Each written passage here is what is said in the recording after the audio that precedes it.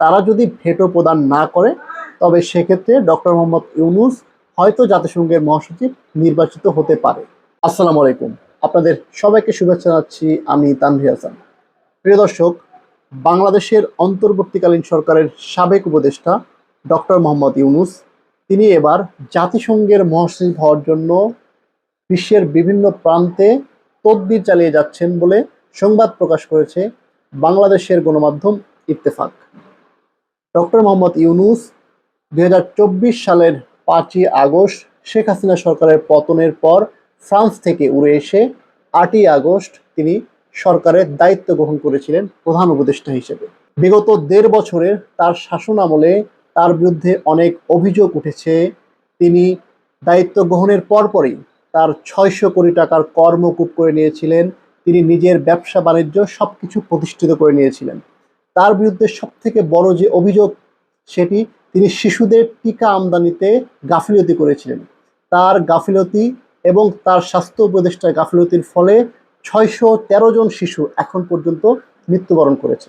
সেই ডক্টর মোহাম্মদ ইউনূস এবার জাতিসংঘের মহাসচিব হওয়ার জন্য বিশ্বের বিভিন্ন প্রান্তে তদবির করছেন। তিনি কিছুদিন আগে টার্কিশ এয়ারলাইন্সের একটি ফ্লাইটে করে ফ্রান্সে গিয়েছেন। তিনি বর্তমানে ফ্রান্সে রয়েছেন। তার সঙ্গে ফ্রান্সে রয়েছেন তার গ্রামীণ ফাউন্ডেশনের একজন সদস্য এবং তার বান্ধবী লামিয়া মোর্শেদ। তিনি সেখানে বসে জাতিসংঘের মহাসচিব হওয়ার জন্য চেষ্টা করছেন বলে বিভিন্ন সূত্রে জানা গেছে।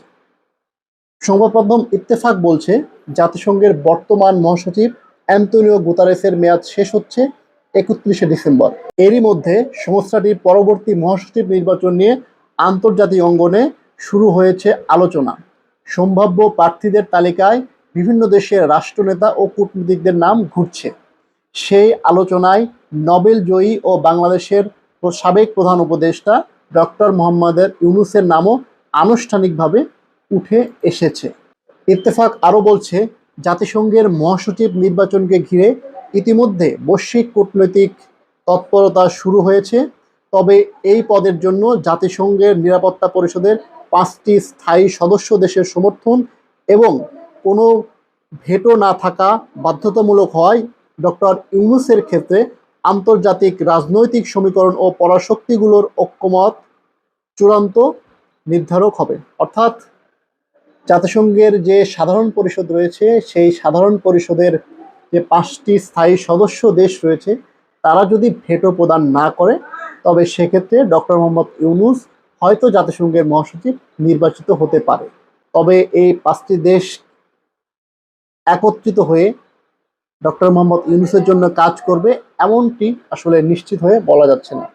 যদিও এর মধ্যে বাংলাদেশের পররাষ্ট্রমন্ত্রী খলিলুর রহমান তিনি 99 ভোট পেয়ে 190টি ভোটের মধ্যে 99টি ভোট পেয়ে জাতিসংঘের সাধারণ অধিবেশনের সভাপতি নির্বাচিত হয়েছেন এবং তিনি দেশে ফিরে এসেছেন। ফিরে এসে সংবাদ সম্মেলন করে বলেছেন যে তিনি জাতিসংঘের সেই দায়িত্ব পালন করবেন এবং বাংলাদেশের পররাষ্ট্রমন্ত্রীর দায়িত্ব পালন করবেন, এতে কোনো বাধা নেই। প্রিয় দর্শক, এই পরিস্থিতিতে ডক্টর মোহাম্মদ ইউনূস তিনি এবার জাতিসংঘের মহাসচিব হওয়ার জন্য তদবির করছেন। বিশ্বের বিভিন্ন প্রান্তে বিভিন্ন বিশ্ব নেতাদের কাছে যাচ্ছেন এবং তাদের কাছে বার্তা পাঠাচ্ছেন যেন ডক্টর মোহাম্মদ ইউনূসকে সমর্থন দেওয়া হয়। প্রিয় দর্শক, আপনাদের কি মনে হয়, ডক্টর মোহাম্মদ ইউনূসকে কি জাতিসংঘের সাধারণ অধিবেশনের স্থায়ী 5 সদস্য দেশ সমর্থন দিবে? তিনি কি জাতিসংঘের মহাসচিব নির্বাচিত হবেন? আপনাদের গুরুত্বপূর্ণ মতামত আমাদের কমেন্ট সেকশনে জানান। ধন্যবাদ।